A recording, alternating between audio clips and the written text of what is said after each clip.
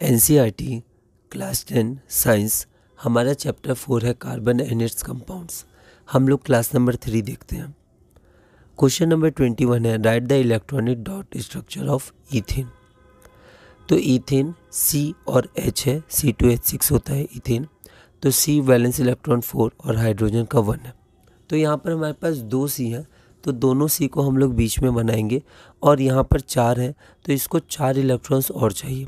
तो 3 इलेक्ट्रॉन्स तो हाइड्रोजन के आ जाएंगे और एक ये कार्बन के संग बॉन्ड बनाएगा।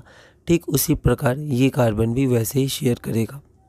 तो यहाँ पर एक एक इलेक्ट्रॉन्स शेयर किए, ठीक है। तो यहाँ पर हाइड्रोजन को 2 मिल गए, एक अपना एक कार्बन का। इसी तरह इन हाइड्रोजन्स ने अपने डुएट पूरे कर लिए। अब ये कार्बन, इनके 3 इलेक्ट्रॉन 4 3 7 और एक आपका इस कार्बन से मिल गया, तो ये टोटल 8 हो गया। तो इन्होंने भी अपने ऑक्टेट पूरे कर लिए। तो ये हो गया electronic dot structure, electron dot structure of ethane. और इसको हम लोग एक सिंगल बॉन्ड से रिप्रेजेंट कर सकते हैं। तो ये ईथेन का स्ट्रक्चर हो गया। उसके बाद है saturated compounds consist of only single bond. तो कुछ नोट्स देखते हैं कि हमने देखा सैचुरेटेड कंपाउंड्स में सिर्फ और सिर्फ सिंगल बॉन्ड्स होते हैं। These compounds are normally not very reactive. ये जो कंपाउंड्स होते हैं वो रिएक्टिव नहीं होते हैं, ठीक है, ज़्यादा रिएक्टिव नहीं होते हैं। ईथीन, अब हम ईथीन देखते हैं। तो ईथीन होता है हमारा C2H4, ठीक है। इसको हम लोग इलेक्ट्रॉनिक डॉट स्ट्रक्चर भी बना सकते हैं और ऐसे ही बना सकते हैं कि 4 कार्बन है, तो 2 और 2 यहाँ पर सिमेट्रिकली डिस्ट्रीब्यूट कर देते हैं। तो यहाँ पर कार्बन के पास 3 ही वैलेंसी हुई। अब हाइड्रोजन तो एक ही बॉन्ड बनाएगा, डुएट उसका पूरा हो चुका है। तो अब कार्बन कार्बन आपस में डबल बॉन्ड बनाएंगे। तो यहाँ पर ईथीन में एक डबल बॉन्ड होता है। अगला क्वेश्चन है, give the electron dot structure या electronic dot structure of ethene और इथाइन। तो एन, इन, आइन ये सब अल्केन अल्किन अल्काइन होते हैं। तो ईथीन C2H4 होता है। फिर से हमारे पास कार्बन और हाइड्रोजन है। कार्बन के वैलेंस इलेक्ट्रॉन्स 4 हैं और हाइड्रोजन का 1 है। तो कार्बन के 4 इलेक्ट्रॉन्स, इसके 4 इलेक्ट्रॉन्स हम लोग डिस्ट्रीब्यूट कर देंगे 2-2, ठीक है। अब कार्बन एक शेयर करेगा तो उसको 1 मिलेगा। तो यहाँ से 5, यहाँ से 6, 2 इलेक्ट्रॉन्स और चाहिए, तो ये 2 इस कार्बन के संग शेयर करेगा। ये जो कार्बन लेफ्ट में है वो भी बिल्कुल वैसे ही करेगा और आपका ईथीन का फॉर्मेशन हो जाएगा। तो इनका ऑक्टेट पूरा हो जाएगा, इन हाइड्रोजन का डुएट पूरा हो जाएगा। अब हम लोग इसको रिप्रेजेंट कर सकते हैं बॉन्ड से, तो ये आपका स्ट्रक्चर बन जाएगा। अब हम लोग आगे बढ़ते हैं। इथाइन, इथाइन होता है C2H2। फिर से हमारे पास 2 कार्बन है, एक एक हाइड्रोजन हमने डिस्ट्रीब्यूट किया। तो यहाँ पर 4 और 1 5, 3 इलेक्ट्रॉन और चाहिए। तो ये 3 इलेक्ट्रॉन शेयर करेगा। तो यहाँ पर इसका इलेक्ट्रॉनिक डॉट स्ट्रक्चर ऐसे हो जाएगा, यहाँ पर ट्रिपल बॉन्ड बनता है। अगला क्वेश्चन है, ethane with the molecular formula C2H6 has. तो इसमें कितने कोवेलेंट बॉन्ड्स होते हैं, NCERT एक्सरसाइज का क्वेश्चन है। तो अभी हमने ईथेन को देखा, वो ये होता है, हम लोग गिन सकते हैं 1 2 3 4 5 6। तो और ये सॉरी बीच वाला 7 भी है। तो यहाँ पर 7 कोवेलेंट बॉन्ड्स हो जाएंगे, ऑप्शन बी। अगला हमारे पास, तो हमें बहुत ही ध्यान रखना है, धीरे धीरे आगे बढ़ना है, क्योंकि 6 भी एक ऑप्शन था, ठीक है। अगला क्वेश्चन है, give the name, formula and structure of carbon compounds with 1 2 3 and 4 carbon atoms. तो यहाँ पर नंबर ऑफ कार्बन एटम्स 1 2 3 4। तो उनका नाम क्या हो जाएगा, मीथेन, ईथेन, प्रोपेन और ब्यूटेन, ठीक है। और यहाँ पर एक और होना चाहिए कि सैचुरेटेड, क्योंकि जो अनसैचुरेटेड होते हैं उनके भी अलग नाम होते हैं। तो यहाँ पर आप दे सकते हैं कार्बन कंपाउंड्स में सैचुरेटेड कार्बन कंपाउंड्स। तो सैचुरेटेड स्पेलिंग का थोड़ा ध्यान रखेंगे। आगे बढ़ते हैं। तो ये हमारा 1 में मीथेन, ईथेन, प्रोपेन, ब्यूटेन, इनके ये फार्मूलाज हो गए। CH2 का डिफरेंस होता है, ठीक है, होमोलोगस सीरीज़ होते हैं ये, तो CH2 जोड़ते जाता है और ये स्ट्रक्चर आपका ये हो जाता है, ठीक है। तो अगर CH4 में अगर CH2 जोड़ेंगे हम लोग तो C2 और H4 और 2 C2H6। फिर CH2 जोड़ेंगे तो C2 + C1 C3 और 6 + 2 8 C3H8। तो ये होमोलोगस सीरीज़ होता है, ये भी हम लोग देखेंगे। अगला हम लोग देखते हैं, right the molecular formula and structural formula या स्ट्रक्चर ऑफ मीथेन। तो the molecular formula of methane is CH4 और स्ट्रक्चरल फार्मूला या स्ट्रक्चर होता है मीथेन का ये 4 सिंगल बॉन्ड्स। इसको सिंगल कोवेलेंट या सिंगल बॉन्ड भी बोलते हैं, वैसे डबल बॉन्ड को डबल कोवेलेंट बॉन्ड भी बोलते हैं और ट्रिपल बॉन्ड को ट्रिपल कोवेलेंट बॉन्ड भी कहते हैं। What are structural isomers. तो the compounds with same molecular formula but different structures are called structural isomers. तो स्ट्रक्चरल आइसोमर्स वो कंपाउंड्स होते हैं जिनका सेम मॉलिक्यूलर फार्मूला होता है लेकिन उनका स्ट्रक्चरल फार्मूला अलग अलग होता है। अब ये सब जो आइसोमर्स हैं, types of isomers, structural isomers, और भी आइसोमर्स होते हैं, स्टीरियो आइसोमर्स होते हैं, ठीक है। तो ये सब जो आइसोमर्स होते हैं वो हम लोग बेसिकली डेप्थ में हमें पढ़ना है 11th-12th में, हायर स्टडीज़ जब हम लोग करते हैं। 10th में बहुत ही हम लोग को बेसिक जानना है, इसके क्वेश्चन आ भी सकते हैं, नहीं भी आ सकते, वो हम लोग देखेंगे, पर बहुत ही हमें ब्रीफ में इसे जानना है। स्ट्रक्चरल आइसोमर्स क्या होते हैं? जिनका मॉलिक्यूलर फार्मूला तो सेम होता है लेकिन स्ट्रक्चर अलग होता है। Give the different structure of butane. तो जैसे ब्यूटेन का मॉलिक्यूलर फार्मूला C4H10 होता है, ठीक है, लेकिन यहाँ पर कार्बन स्ट्रेट चेन भी हो सकता है, 1 2 3 4, या ब्रांच भी हो सकता है, मतलब 3 तो स्ट्रेट होगा और एक आपका क्या हो जाएगा, या का बीच में ब्रांच हो जाएगा। तो इसको ऐसे भी रिप्रेजेंट कर सकते हैं, 2 कार्बन और यहाँ से C। तो ऐसे ब्रांच चेन भी हो सकता है, लेकिन दोनों का फॉर्मूला C4H10 ही रहेगा। तो ये आपका हो गया C4H10 और ये भी आपका हो गया C4H10। अगला क्वेश्चन है give the molecular formula and structure of cyclohexene. तो यहाँ पर हम देखते हैं the molecular formula of cyclohexene हो जाएगा C6H12। थोड़ा हमें ध्यान रखना है, C6H14 नहीं होता है, C6H12 होता है। वैसे इथीन मतलब एल्कीन का होता है CnH2, लेकिन यहाँ पर ये सैचुरेटेड है, सारे सिंगल बॉन्ड है, लेकिन फिर भी यहाँ पर रिंग है तो CnH2 उनका भी होता है, रिंग का भी। तो द स्ट्रक्चर ऑफ साइक्लोहेक्सिन आपका ये हो गया। 6 कार्बन आपके रिंग में ऐसे हेक्सागोन की तरह क्या होते हैं, अरेंज होते हैं और वैलेंसी पूरी कर देंगे। ये कार्बन 2 कार्बन से बॉन्ड है, 2 बचे तो वो दोनों हाइड्रोजन हो जाएंगे। अगला क्वेश्चन हम लोग देखते हैं give the structure and molecular formula of benzene. Benzene तो बहुत ही ज़्यादा इंपॉर्टेंट और कोर कंपाउंड होता है ऑर्गेनिक केमिस्ट्री का। जब हम लोग उसको 11th-12th में पढ़ेंगे अच्छे से, या हम लोग पढ़ते हैं, तो ये इसका स्ट्रक्चर होता है वो बेसिकली कार्बन का फिर से हेक्सागोन होता है, लेकिन यहाँ ऑल्टरनेट होते हैं, सिंगल डबल होते हैं। एक सिंगल है तो अब डबल आ जाएगा, फिर एक सिंगल है तो अब डबल आ जाएगा, फिर एक सिंगल है तो अब डबल आ जाएगा, ठीक है। या फिर आप इसको यहाँ से भी शुरू कर सकते हैं, एक सिंगल है तो अब डबल आ जाएगा, एक सिंगल है तो अब डबल आ जाएगा, एक सिंगल है तो अब डबल आ जाएगा। तो ऐसे करके सिंगल या ऑल्टरनेट सिंगल और डबल बॉन्ड होते हैं। तो द मॉलिक्यूलर फार्मूला होता है इसका C6H6, क्योंकि ये कार्बन 2 इससे और 1 इससे, 3 वैलेंसी तो पूरी हो चुकी है, एक ही वैलेंसी खाली है जो एक हाइड्रोजन पूरी करता है। तो 6 कार्बन 6 हाइड्रोजन C6H6। अगला है वाटर हाइड्रोकार्बन्स, एल्कीन्स, एल्कीन्स और अल्काइंस। हाइड्रोकार्बन्स क्या होते हैं, अल्कीन्स क्या होते हैं, अल्कीन्स क्या होते हैं और अल्काइंस क्या होते हैं। तो हाइड्रोकार्बन्स नाम से क्लियर है, कार्बन और हाइड्रोजन बस, और कुछ नहीं। तो all the carbon compounds which contain only carbon and hydrogen are called hydrocarbons. फिर उसके बाद अल्कीन्स, तो द सैचुरेटेड हाइड्रोकार्बन्स, जिन हाइड्रोकार्बन्स में सिर्फ सिंगल बॉन्ड्स होते हैं वो, और हाइड्रोकार्बन से तो कार्बन हाइड्रोजन ही होगा। तो the saturated hydrocarbons are called alkenes. जो अनसैचुरेटेड हाइड्रोकार्बन्स होते हैं जिसमें एक या एक से ज़्यादा डबल बॉन्ड्स होते हैं उनको अल्कीन्स कहते हैं, और अनसैचुरेटेड हाइड्रोकार्बन्स ट्रिपल बॉन्ड वाले भी होते हैं। तो the unsaturated hydrocarbons which contain 1 और more triple bonds are known as alkynes, ठीक है। Which elements are called halogens, name any 4। तो फ्लोरीन, क्लोरीन, ब्रोमीन, आयोडीन, ये एलिमेंट्स हेलोजन कहलाते हैं। और ये 2 और होते हैं, 118 एलिमेंट्स है अभी हमारे पीरियोडिक टेबल में, तो 2 और होते हैं। तो यहाँ पर 4 का ही नाम लेना है, तो हम लोग फ्लोरीन, क्लोरीन, ब्रोमीन, आयोडीन करते हैं, जो जनरली हम लोग देखते हैं रिएक्शंस में यूज़ होते हैं। What is a hetero atom? Hetero मतलब अलग, जैसे हेट्रोजीनियस, होमोजीनियस होते हैं।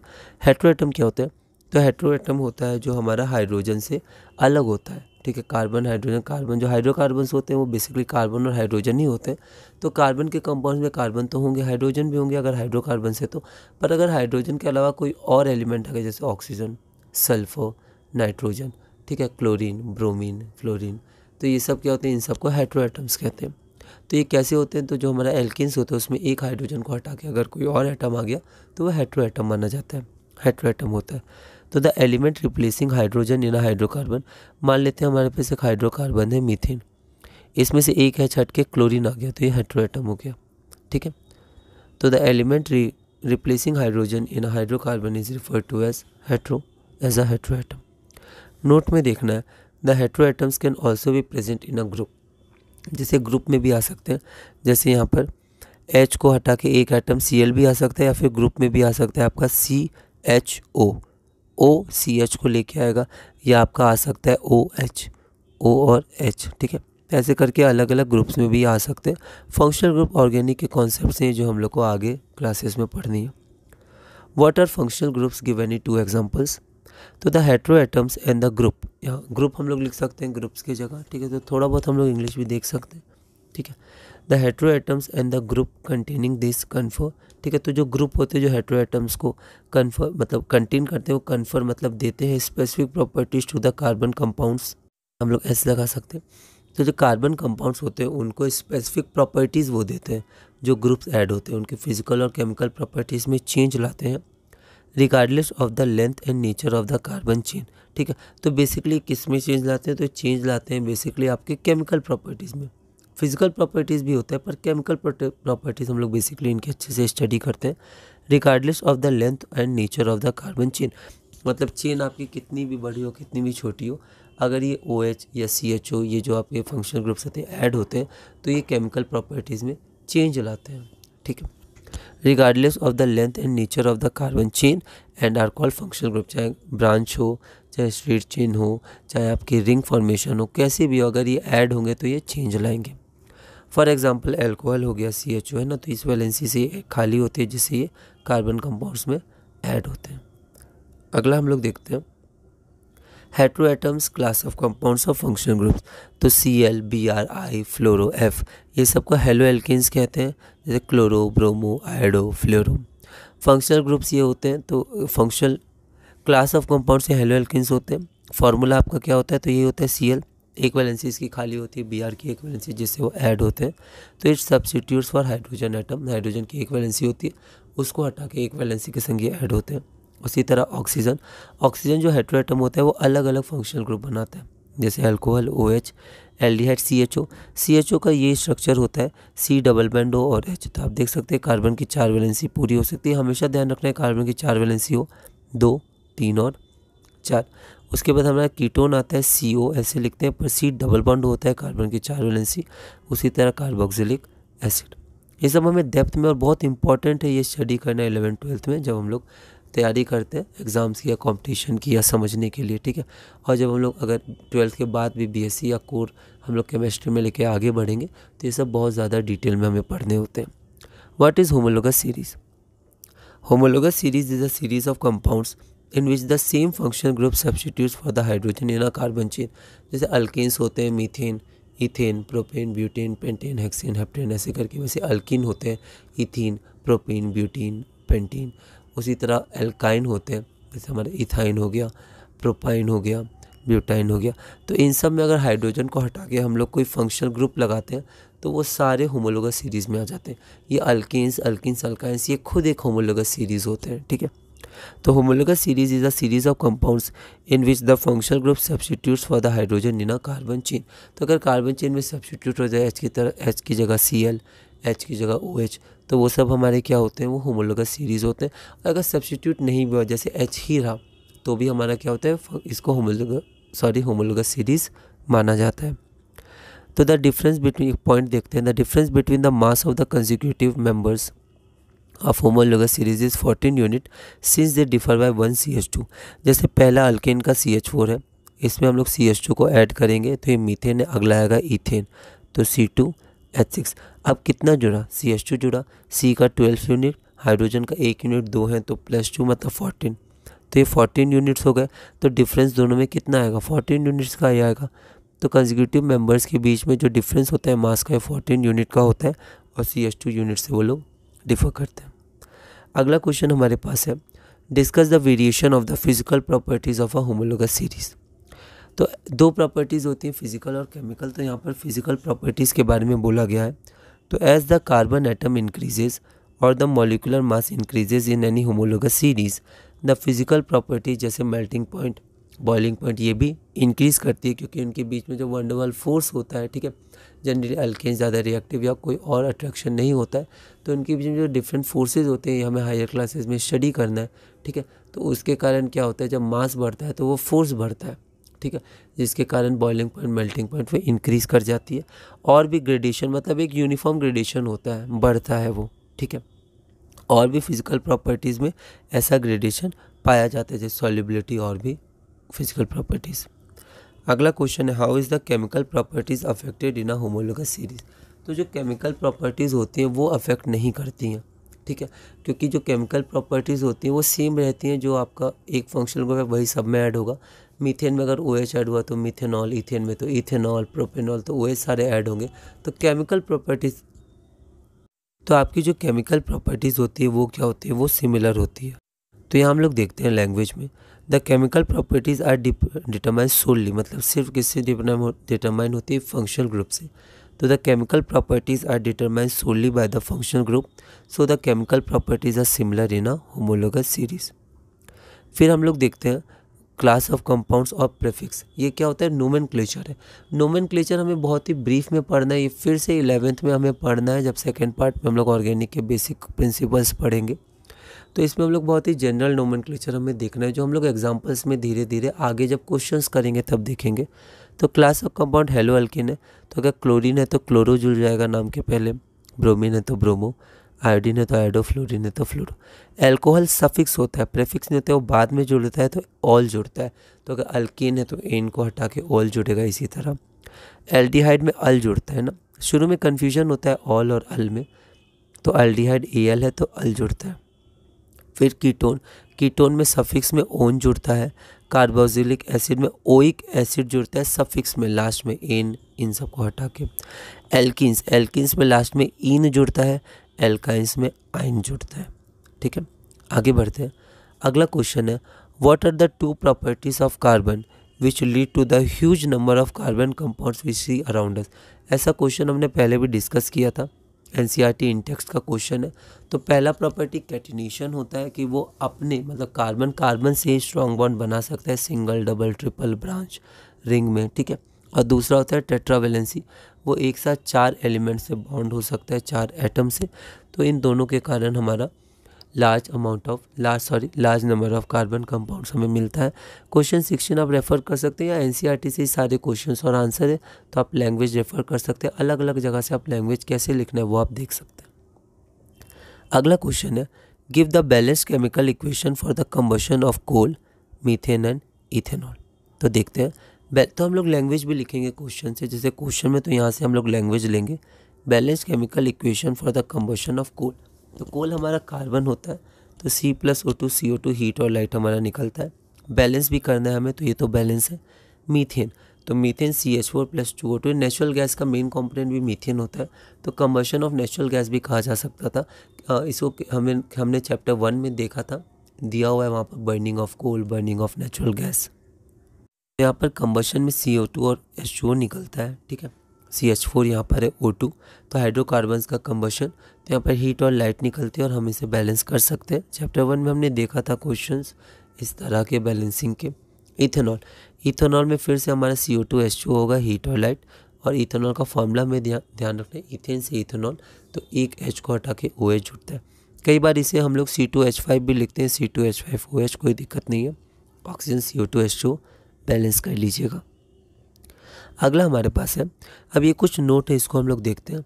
तो व्हेन बर्न्ड, जब जलाया जाता है, तो जो सैचुरेटेड हाइड्रोकार्बन्स होते हैं, मीथेन, ईथेन, प्रोपेन, ब्यूटेन, तो पहले गैसेस होते हैं रूम टेम्परेचर में, फिर लिक्विड्स भी ये होते हैं धीरे धीरे जैसे कार्बन इंक्रीज़ करता है। तो जब इनको जलाया जाता है तो सैचुरेटेड हाइड्रोकार्बन्स क्या करते हैं, क्लियर फ्लेम देते हैं, अच्छे से जलते हैं, क्लियर जलते हैं। While unsaturated carbon compounds will give a yellow flame, तो वो क्लियर जलते हैं, पूरी ब्लू फ्लेम देते हैं, ठीक है। लेकिन जो अनसैचुरेटेड कार्बन कंपाउंड्स होते हैं, जैसे इथीन हो गया, प्रोपीन, मतलब जो अल्कीन और अल्काइंस हो गए, डबल ट्रिपल बॉन्ड, वो क्या करते हैं, येलो फ्लेम देते हैं with lots of black smoke, तो हल्का हल्का ब्लैक स्मोक निकलने लगता है और ब्लू येलो कलर का फ्लेम होता है। दिस रिजल्ट इन अ सूटी डिपॉजिट, तो काला काला डिपॉजिट, सूटी डिपॉजिट जिसे हम लोग देखते हैं, वो क्या होता है, डिपॉजिट हो जाता है मेटल प्लेट पे, ठीक है। अगर हम लोग कुकिंग यूटेंसिल्स में, बर्तन में खाना बना रहे तो वहाँ पर काला काला कालीमा वो जमा हो जाती है। However limiting the supply of air, अगर हम लोग एयर की सप्लाई को लिमिट कर दें और कंबशन भी इनकम्प्लीट हो, पूरी तरह कंबशन नहीं हो पाए, तो जो सैचुरेटेड हाइड्रोकार्बन्स होते हैं उनकी भी सूटी फ्लेम होती है। सूटी फ्लेम मतलब होता है ब्लैक ब्लैक जो फ्लेम निकलती है येलो कलर की आग के ऊपर, ठीक है। तो वो होता है। तो सप्लाई ऑफ एयर भी पूरा होना चाहिए अगर हम लोग को क्लियर ब्लू फ्लेम चाहिए सैचुरेटेड हाइड्रोकार्बन से। द गैस और kerosene stove use at home has inlets for air. तो जो गैस हमारी होती है उसमें आप देखिएगा तो इनलेट्स होते हैं, ठीक है, जिसमें एयर अच्छे से पास कर पाए ताकि जो फ्यूल हमारा है वो फ्यूल अच्छे से जल पाए और क्लियर ब्लू फ्लेम मिले, येलो ना मिले। अगर येलो फ्लेम हमें मिलती है मतलब एयर की सप्लाई कहीं ना कहीं कोई हमारा दिक्कत है, ठीक है, क्योंकि एयर की सप्लाई लिमिटेड हो तो सैचुरेटेड का हाइड्रोकार्बन्स भी सूटी फ्लेम देते हैं या फिर अच्छे से ब्लू फ्लेम क्लियर बर्निंग नहीं करते हैं। तो द गैस और kerosene stove use at home has inlets for air so that sufficiently oxygen rich mixture is burn to give a clean blue flame. तो ज़्यादा एयर होगा तो हमें एक ऑक्सीजन रिच मिक्सचर है ना, ऑक्सीजन चाहिए कंबशन के लिए, तो एयर में होती है तो प्रॉपर एयर मिलना चाहिए हमें, ठीक है। If you observe the bottom of cooking vessels getting black and, तो अगर कुकिंग वेसल ब्लैक एंड हो रहा है मतलब क्या रहा है, वो डिपॉजिट होते जा रहा है, प्रॉपर एयर नहीं मिल रहा है। It means that the air holes are blocked, किसी तरह एयर होल्स में कुछ गंदगी जम गई है तो एयर पास नहीं हो पा रहा है, तो वो ब्लॉक हो चुके हैं। And the fuel is getting wasted, तो फ्यूल पूरी अच्छी तरह से जल नहीं पा रहा है तो वेस्ट होते जाए, थोड़ा थोड़ा जल के वो गैस का फॉर्मेशन कर रहा है तो हमारा फ्यूल वेस्ट हो रहा है। Fuel such as coal and petroleum have some amount of nitrogen and sulphur in them. तो जो कोल और पेट्रोलियम होते हैं उसमें हमारा नाइट्रोजन और सल्फर भी होता है। Their combustion results in the formation of oxides of sulphur and nitrogen which are major pollutants in environment. तो जब वो जलते हैं तो नाइट्रोजन और ऑक्सीजन रिलीज होते हैं, वो कंबाइन करते हैं ऑक्सीजन के संग एयर का, तो वो ऑक्साइड्स बनाते हैं जो पॉल्यूटेंट्स होते हैं इन्वायरमेंट के लिए, ठीक है। इसलिए फॉसिल फ्यूल्स को अब नेचुरल रिसोर्सेज नए नए तरीके निकाले जा रहे हैं कि हमें इन फॉसिल फ्यूल्स को जलाना ना पड़े, कम से कम इनका हम लोग जितना हो सके यूज़ कर पाएँ।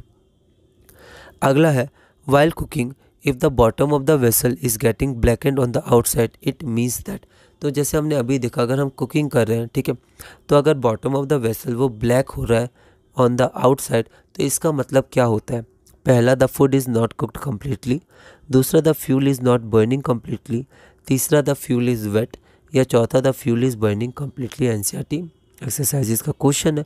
तो यहाँ पर हमारा हो जाएगा the fuel is not burning completely, तो जो हमारा फ्यूल है वो प्रॉपरली बर्न नहीं कर रहा है।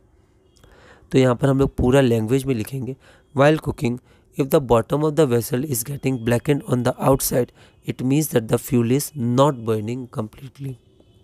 40 नंबर देखते हैं। Butanone is a 4 carbon compound with the functional group. तो ब्यूटेनन लास्ट में ऑन आया तो ये कीटोन है, कीटोन सफिक्स में ऑन आता है एन हट के, तो ये आपका सी हो जाएगा। एनसीईआरटी एक्सरसाइज का क्वेश्चन हम लोग लैंग्वेज में लिखेंगे, butanone is a 4 carbon compound with the functional group ketone, जो हमारा ऑप्शन नंबर सी है। तो अब अगली वीडियो में हम लोग क्लास नंबर 4 शुरू करेंगे और उसमें हम लोग क्वेश्चन नंबर 41 से कंटिन्यू करेंगे। तो इस वीडियो में हमने क्लास नंबर 3 किया। हम लोग नोमेनक्लेचर अभी नहीं कर रहे हैं, वैसे एक टॉपिक नोमेनक्लेचर भी है, उसको हम लोग धीरे धीरे क्वेश्चन से ही कर लेंगे बाद में। तो इस वीडियो में हम लोग ने क्लास नंबर 3 पूरा किया और क्वेश्चन नंबर 40 तक पूरा किया। अगली वीडियो में हम लोग क्लास नंबर 4 और क्वेश्चन नंबर 41 से कंटिन्यू करेंगे और धीरे धीरे अपने class 10 science chapter 4 carbon and compounds में आगे बढ़ेंगे।